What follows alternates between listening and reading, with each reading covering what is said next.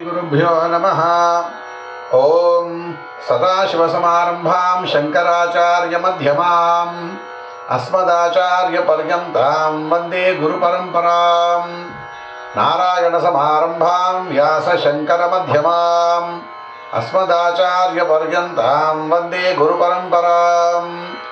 ఓం అంపోలువంశసంజాతం అఖిలాగమవేదినం రుద్రకోటీశ్వరం అస్మద్గురుదైవం నమామ్యహం. శ్రీగురు సర్వకారణభూత శక్తి. ఓం శ్రుతిస్మృతిపురాణానాం ఆలయం కరుణాలయం నమామి భగవత్పాదశంకరం లోకశంకరం. ఆదిశంకర భగవత్పాద విరచితమైన శివానందలహరి నుండి 10వ శ్లోకం. నరత్వం దేవత్వం నగవన మృగత్వం అశకత పశుత్వం కీటత్వం భవతు విహగత్వాదిజననం. సదా త్వత్పాదాబ్జస్మరణ పరమానందలహరి విహారాసక్తం చేత్ హృదయమిహ కిం తేన వపుషా. నరత్వం దేవత్వం నగవన మృగత్వం అశకత.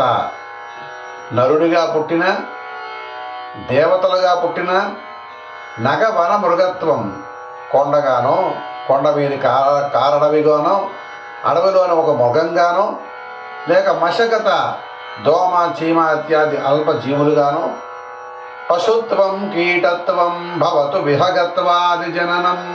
పశువుగా కానీ, ఒక చిన్న కీటకంగా కానీ, పురుగుగా కానీ, భవతు విహగత్వాది జననం పక్షిగా కానీ ఏ జన్మ ఎత్తితేనే సదా త్వత్పాదాబ్జ స్మరణ పరమానందలహరి విహారాసక్తం చేత్. ఎల్లప్పుడూ కూడా పరమేశ్వర పాదాబ్జ స్మరణ అనే లహరిలో విహరించడానికి తగిన ఆసక్తి కానీ ఉంటే ఏ జన్మ ఎత్తితేనే అని స్వామి ఇక్కడ చెప్తున్నారు. ఇదే విషయాన్ని దోర్జటి మహాకవి కాళహస్తీశ్వర మహత్యంలో ఒక చక్కనైన పద్యంలో చెప్తారు. ఏ వేదంబు పఠించ లూత భుజగంబే శాస్త్రముల్ సూచే చెంచే మంత్రమూహించే తానే వేదాభ్యసనంబు నర్చకరి బోధావిర్భావ నిధానముల్ చదువులయ్యా కావు మీ పాద సంసేవాసక్తియ కాక జంతుతతికిన్ శ్రీకాళహస్తీశ్వర అంటారు. ఏ వేదంబు పఠించ లూత. ఆ సాలెపురుగు ఏ వేదం చదువుకుంది? భుజగంబే శాస్త్రములు సూచే. ఏ శాస్త్రాలు చదివింది ఆ సర్పం? చెంచే మంత్రమూహించే. చెంచు జాతిలో పుట్టినటువంటి ఆ మనిషి ఏ మంత్ర ఉపాసన చేశాడని? చెంచే మంత్రమూహించే తానే వేదాభ్యసనంబు నర్చ కరి. ఏనుగుగా ఎత్తినటువంటి ఆ కరి ఏ వేదం చదువుకుంది? అంచేత జన్మ ఏది అన్నది ప్రధానం కాదు. మీ పాద సంసేవాసక్తియ కాక జంతుతతికిన్. మీ పాద సేవ చెయ్యాలనేటువంటి ఆసక్తి ఉంటే ఏ జన్మ అయినా ఒకటే.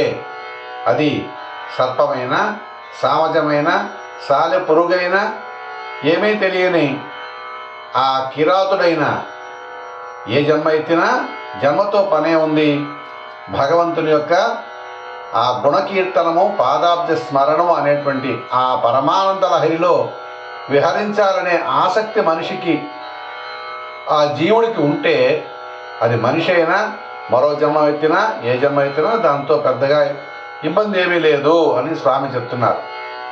అందుచేత జన్మలో కల్లా ఉత్తమమైనటువంటి మానవ జన్మనే మనం తీసుకున్నాం. మహతా పుణ్యయోగేన మానుషం జన్మలభ్యతే అని పెద్దల వచనం. గత జన్మలలో చేసుకున్నటువంటి సుకృత విశేషం చేత మనిషిగా పుట్టాం. ఇది చాలా అరుదు. దుర్లభం త్రయమేవైతతు అంటారు దేవి భాగవతంలో. 3 విషయాలు చాలా దుర్లభమైనవి. అవి ఏమిటయ్యా అంటే ముముక్షత్వం మహాపురుష సంశ్రయ భక్తితో ఉండడం, జ్ఞానం కలగాలనేటువంటి కోరిక కలగడం, మహాపురుషుల సంశ్రయం కలగడం, ఈ మూడు కూడా చాలా ఉత్తమమైనటువంటి గుణములు. వాటితో పాటుగా మనుష్యత్వం కూడా చాలా ఉత్తమమైనటువంటిది. మానుష జన్మ ఎత్తడం చాలా కష్టం. జంతువునాం నరజన్మ దుర్లభం అని కదా అంటారు. మరి మిగతా జన్మలు ఎత్తినటువంటి ఆ క్రిమికీటకాదులకి, పశుపక్షాదులకి, జంతువులకి వాటికి నామస్మరణ చేసే అవకాశం లేదు. కానీ భగవంతుడికి మనకి తెలివి ఇచ్చాడు, నామస్మరణ చేసేటువంటి అవకాశం ఇచ్చాడు. కనుక తరించడానికి ఇంతకు మించినటువంటి అవకాశం మరలేదు. సాధారణమైన క్రిమికీటకాల జన్మలలోనే ఆ భగవత్ సేవాశక్తి నెలకొని అవి మోక్షాన్ని పొందగలిగినప్పుడు మనిషిగా పుట్టినటువంటి మనం ఆ పరమేశ్వర పాదాబ్జములను ఆశ్రయించి ఆ పాదాబ్జ చింతనం అనేటువంటి ఆనందలహరిలో విహరించేటువంటి ఆసక్తి కలిగితే మన జన్మ నిజంగా ధన్యం అని చెప్పి స్వామి చెప్పినటువంటి మాట యొక్క అర్థం. ఓం నమ శివాయ. సర్వం శ్రీ సదాశివ చరణారవిందార్పణమస్తు. స్వస్తి.